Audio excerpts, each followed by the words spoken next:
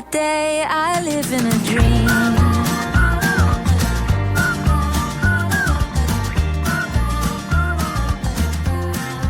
I live in a dream.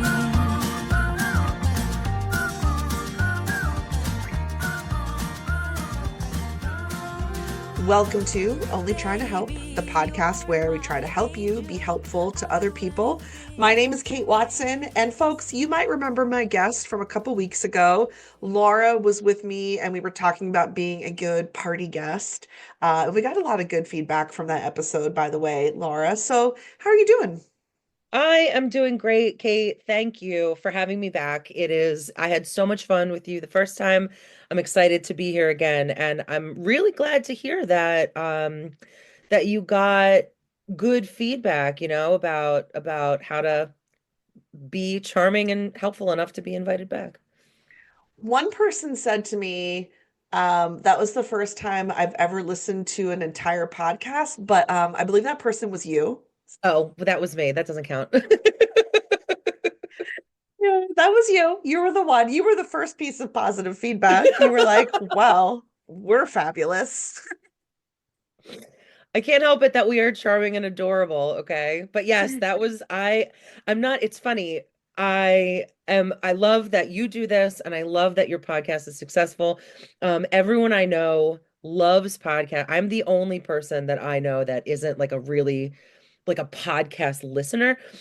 You have certainly changed my mind though. And you know what I think it is? I think it's because yours are not hours and hours and hours long. You know what I mean? They're short. You always have entertaining and educated guests who are fun to listen to and who keep me engaged. So, yours may be the only podcast that I ever listen to in its entirety, but I can think of no better one than this one. Generally speaking, podcasts are not your thing, but what is your thing is gift giving. Oh, And it know it. is it is the holiday season. Now, our listeners who've been listeners for a long time may know that for a while I did an annual gift giving episode. And I kept doing it until I felt like I ran out of things to say about gift giving. And then I took a little break. And this year I contacted you and I said, Laura, I feel like I have some more stuff to say about gift giving. Would you like to join me? And I believe you said something like, that's my love language. That's exactly what I said. Yep. Gift giving is one of my love languages. And so yes, and I know that you and I have similar feelings on the idea of, impactful gift giving. So I'm very excited to just talk to you about giving people presents, whether they want them or not. Well, yeah. So I was thinking all around me, I see people this time of year, right, leading up to Hanukkah and Christmas. I see people stressing out about gift giving. And it seems like a lot of people find this very stressful, but we do not, you and I. So, like, what is so great about gift giving that other people just don't see? I think there's that old adage of, well, it's the thought that counts, which, like, yes, certainly, thank you for thinking of me. Absolutely. But like, I feel like if I see something out in the wild and it reminds me of someone, even if it's something so like small and tangential, I still will be like, oh, that reminds me of you, Kate. Like, oh, that reminds me of Kate. Let me grab that and bring it over to her next, whatever. It could have been something that we talked about very briefly or something that I know about you that is one of your interests.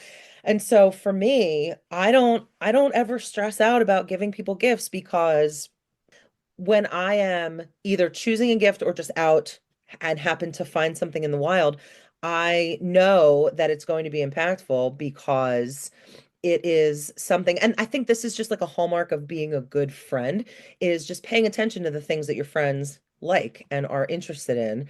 And, so that when it's time for me to be like, oh, here's for Christmas, I know that it's gonna count. And so I don't stress out about it because I know my friends and I know what they are into. I think that people, um, I think that people really appreciate when somebody's like, oh, this made me think of you, you know? Yeah. Yeah. I think I really enjoy making people feel important. And I guess like gift giving is one way that I do that. There are other ways that I do that.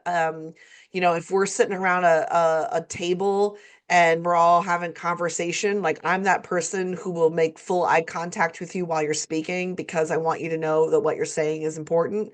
So I like making people feel important. And this time of year, there are just so many obvious ways to do that. Like it feels easy this time of year to make everybody feel important. And so, like, why wouldn't I take the low-hanging fruit and just like all these easy, obvious things are all around me? Like, I could make tons of people feel important. So, I think that's why I just relish in it. I just love gift giving. I mean, at this point that we're recording this, it's what is it, the day before Thanksgiving right now. Yeah. And already my living room is like piled up with gifts that I've already gotten. It's just I can't hold back. Like I find it fun. I think you and I need to acknowledge that we might be rare. I don't know. It seems like we are.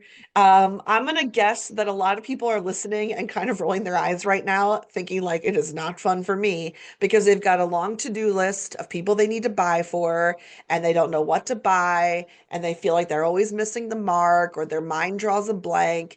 Um, and so I think it's up to you and I to maybe acknowledge that this is not as fun for everyone else as it is for us. I think that we put a lot of pressure on ourselves, like, oh my gosh, this has to be the perfect gift. This has to be something that is good that they're going to remember forever and that's going to make them feel so, so special. So, quick anecdote. So last night, I guess I started to stress my husband out because he saw this pile of gifts in the living room, like getting bigger and bigger. And I'm dancing around the house like I'm almost done all my shopping. And this poor man was like, "Oh God, it's not even December yet." And I could see the panic setting in his face that like he doesn't have a single thing purchased. And I'm like, is this fun? I'm putting bows on things and I realized like I'm showing off a little too much. And then we were just watching TV, kind of laying around, and I saw him on his phone and I could tell he was trying to do some online shopping for gifts. And I'm looking over at him and I could tell he's stressing out still, like he doesn't know what to get or what to search for. And I happen to know that he was looking for things for his parents, his brother, so it wasn't me he was shopping for. But I have to tell you, Laura, I was so tempted to take a picture of him in that moment and then print those pictures and frame them for his family just to be like, let me put this right next to whatever bullshit thing he bought you because I want you to see the effort he put in. And I thought like the bead of sweat coming down his face was actually more the gift. Like I want them all to see that photo and be like, "Oh, look at him trying." And then whatever crappy thing he wrapped up will seem so much better. Uh-huh. Yeah, because you can, and that's, it's the effort. And really, it's again like this whole like, oh, it's the thought that counts. Like, no, really, it is the thought that counts. It's the fact that I was thinking of you or that someone was thinking of me. And I think that's hysterical just to show like the not anguish, but like just the deep stress on this poor man's face of trying to shop. And I get panic when you are shopping, for someone special, someone important in your life. Um, I always make a joke, like, and my husband and I do a pretty okay job of, getting stuff for one another. We have two kids, so it's really more so about them, but we both make a point to make the other adult feel special, even though Christmas is, really at this point for the kids. But I always joke that it'll be like December, 17th, 18th, 19th, 22nd, and I call it panic buying. And I will have, and Steve, my husband and I, we make a sort of a budget for how much we want to spend on each other. And I very rarely stick to that budget because late, late, late December, days, hours before Christmas, I am panic buying. And so when poor Dave, your husband Dave says, you see the panic on his face, like it's real. it's real because, it's again, we just put so much pressure on ourselves. What do I do? What do I do? What do I do? So even me who's like, I'm not worried about it. Like I'm great at gift giving and I love it and it makes me happy and it makes people happy. Nope. 24 hours before Christmas, I'm still paying for overnight shipping and panic buying. Yeah. To be honest, part of the reason that I shop so early, because I really do start in like October, but part of the reason I do that is because I want to always enjoy it. I want it to always be fun.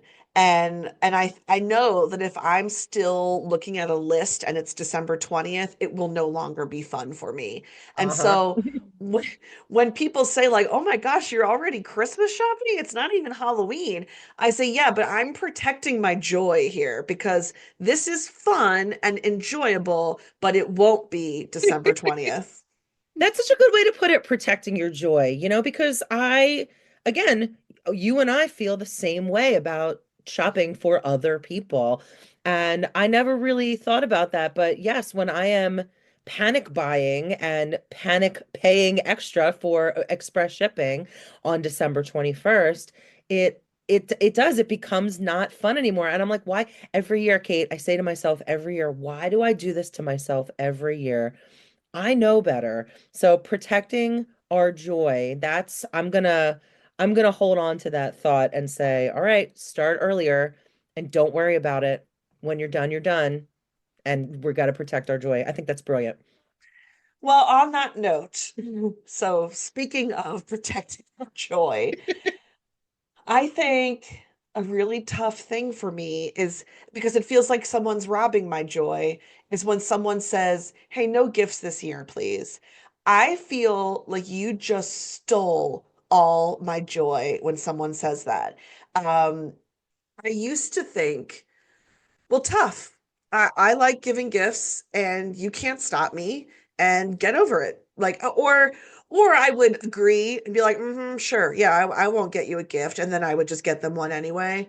Hmm. Um, and I guess I spent a long time thinking that was the right thing to do because it's still protecting my joy. And hey, at the end of the day, they get a gift. What's wrong with that?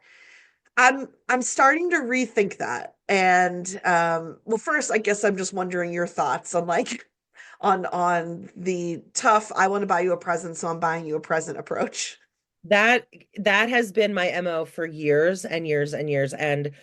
But I think depending on the relationship that I have with this person, um, I may or may not ignore that request.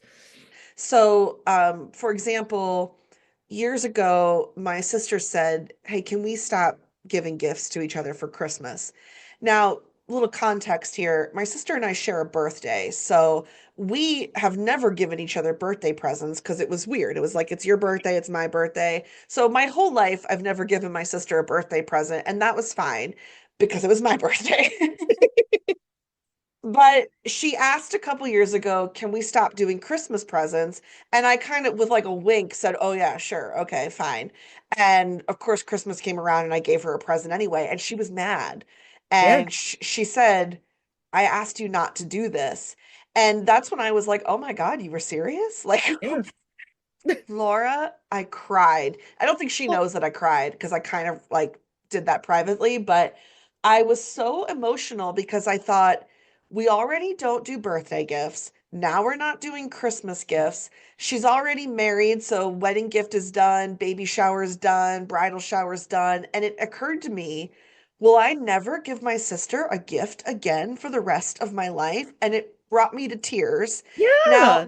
I have started respecting it. I don't give her a gift, but I mean, I had to like mourn that. I had to grieve like all of the years that she would be like on my list of like, I'm gonna go get my sister something today. It was harder for me than I think she knows. Wow. And that, yeah, it's when you say you were mourning that. I had a very interesting conversation recently with a coworker who had this is not related at all, but she had recently broken up with her long-term 6+ year boyfriend. And I had said to her, there's, you're in mourning.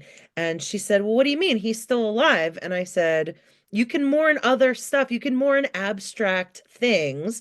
And so I think this is, that you can mourn the loss of something rather than someone, right?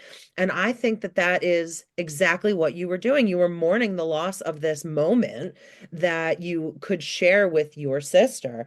And yeah, and I totally understand that, Kate, because is this that question like I'm feeling emotional about it myself. Like, is this the last time that I'm ever going to give my sister a gift?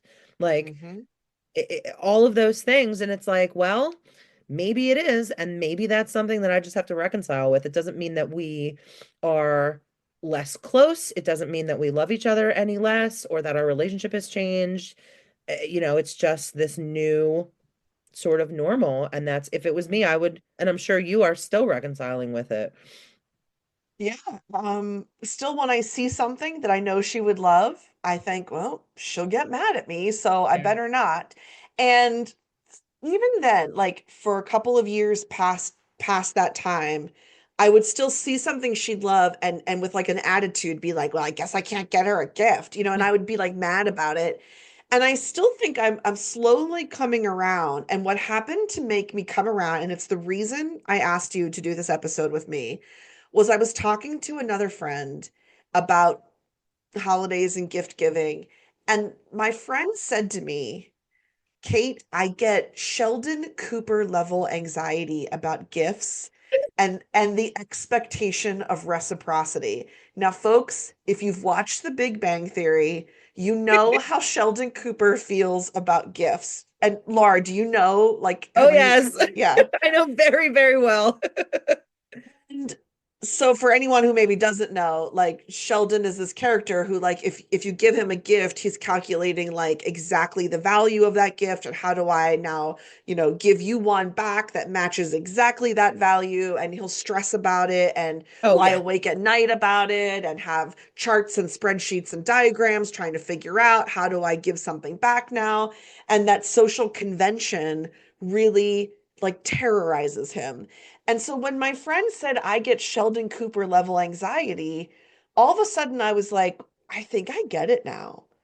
I Yeah. I think I've spent years like tolerating people who don't want gifts, but I was mad at them. Like, oh, thinking they're like Grinches, they're Yeah. Scrooges. Like, oh, come on, you don't want a gift. Like, get in the spirit, guys. And I would tolerate them, but I was not happy about it. Hearing this person say Sheldon Cooper level anxiety, I was like, maybe I really need to be more understanding here. Yeah. I think that's a great, you know what I mean? That could be the moment for us. That could be the moment for us because there is that sort of societal pressure to reciprocate when somebody gives you a gift. For so long the norm was to expect one back. So when I get something for someone just because, I do, and it shouldn't come down to this, but it does. I will make it very clear, like, listen, I got this because I was thinking of you. It reminded me of you, and I thought it would make you smile. I hope it does. Yeah. Period. This conversation is over, and the people that we keep close to us, I think at this point know that we don't expect something back, and we're also not doing it because we want something back. We're doing it because it makes us happy. Mm-hmm. Mm-hmm. Yeah, I mean, in case folks didn't know this about me, let me say it now. I'm not like keeping track. Nope, never. Never in my life. Really not keeping track of like who got me a birthday gift this year, who didn't. I'm really not. And if you needed to hear me say that, well, there, I'm putting it on the podcast, so it's going to be out there. Out there forever. Um, yeah, but I guess it's one of those things, Laura, where I can say I don't expect something in return. Does that mean anything to the person who has Sheldon Cooper level anxiety? I don't know that they're going to go, oh, okay, I'm relieved. They're probably still going to have that anxiety. And so it's made me think I probably need to back off more. I mean, I already feel like I've backed off a little, but like I said, I'm going to confess that I backed off with this attitude of like these jerks just don't get how fun gift giving is. Like, they're grumpy, they're annoying. Maybe I will continue to back off without judging them as much. Yeah. I know that there are people out there who are not like us, Yeah. who are gonna stress out about, oh my God, now what? Um, and I think that it's still something that I'm working on, but in your same vein, all right, I need to be a little more respectful of the fact that maybe this actually is legitimately freaking someone out.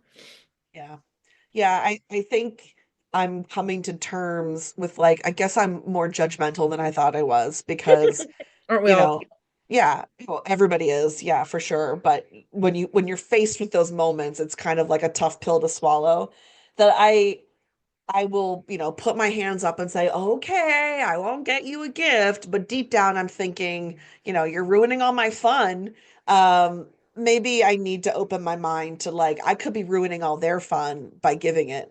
Mhm. It is so difficult to let it go, so to speak. It is so difficult.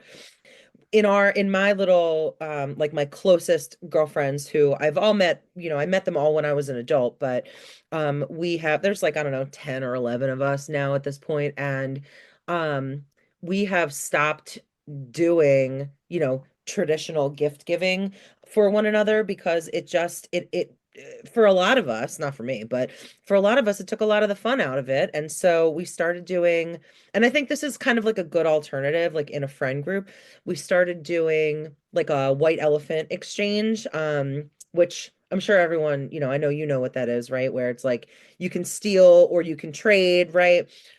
Um, and so we started doing that several years ago, and it is overwhelmingly the thing that so many of us in our group have said, this is the thing that I look forward to the most in the holiday season. And so now that I'm thinking about it, I think that that's a really good compromise.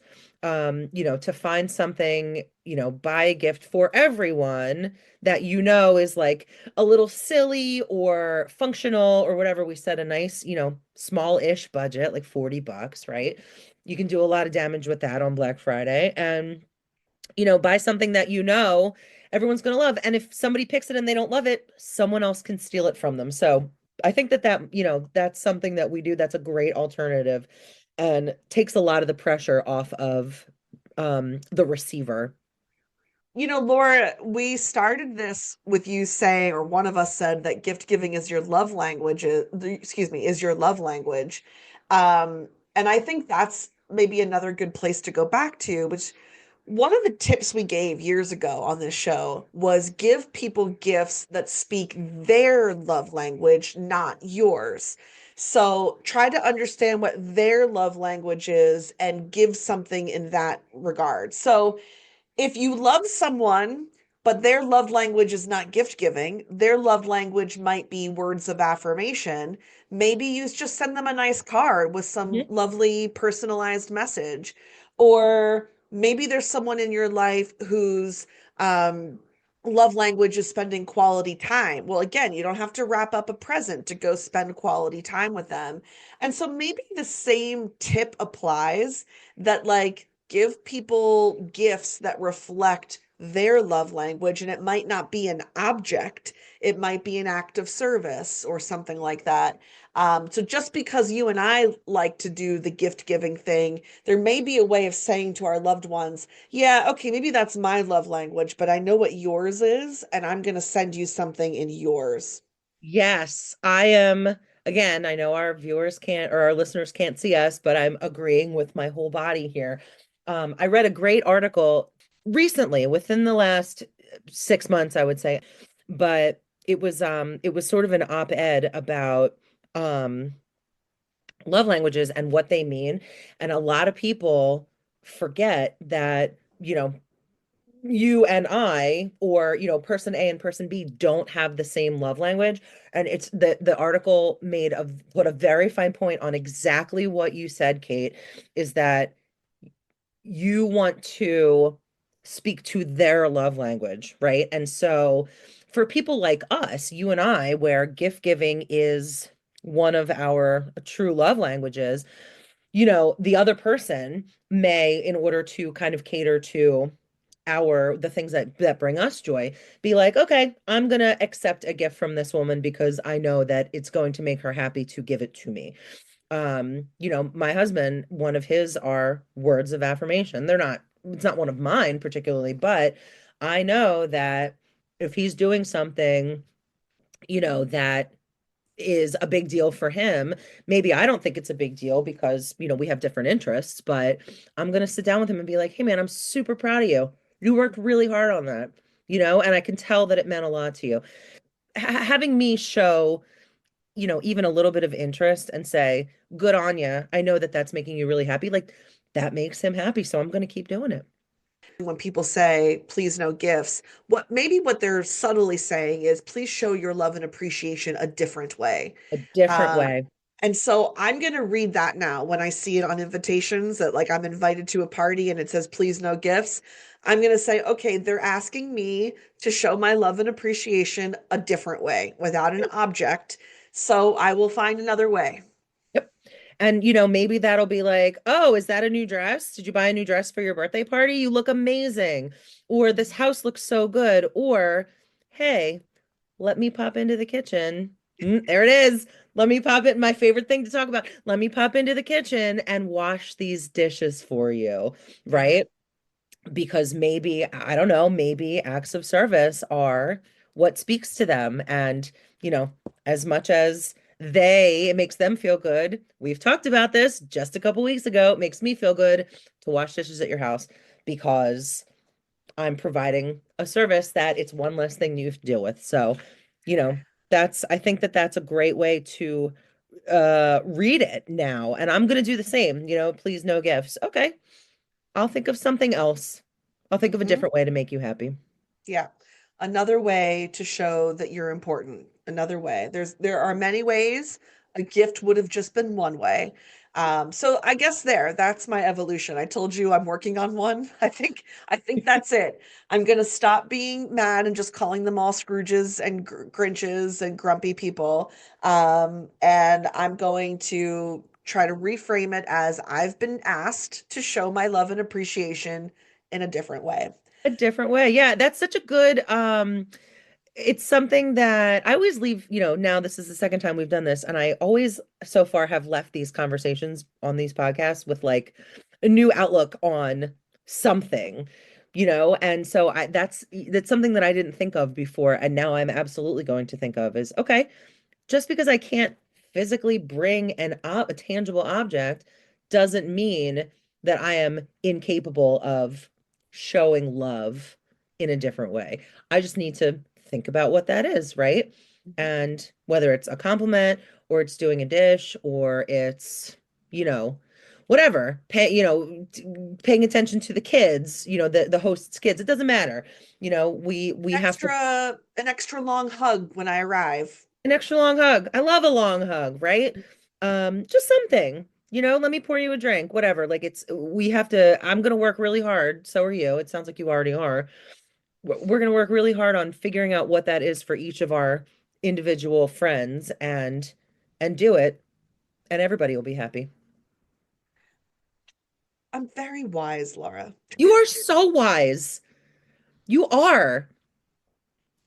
Listen, if you can't pump yourself up, how are you going to pump anybody else up? I'm telling you, when those words of affirmation are scarce, I will just send them my own way. Yeah. I'll just say them. God, I'm so good at this. I'm so wise and so very, very humble. Yeah. So anyway, thanks for doing this. Of course.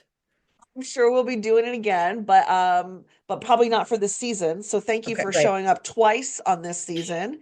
And happy holidays to you Thank and your you. family. Thank you so much. And to you too and your family. I am looking forward to seeing you. Within actually, I think in the next couple weeks we have plans. Um, and if you tell me not to bring a gift, I will probably tell you to go fly a kite, and I'll bring you one anyway. Take me in your arms. I don't want to miss a day without you. Let's stay young forever.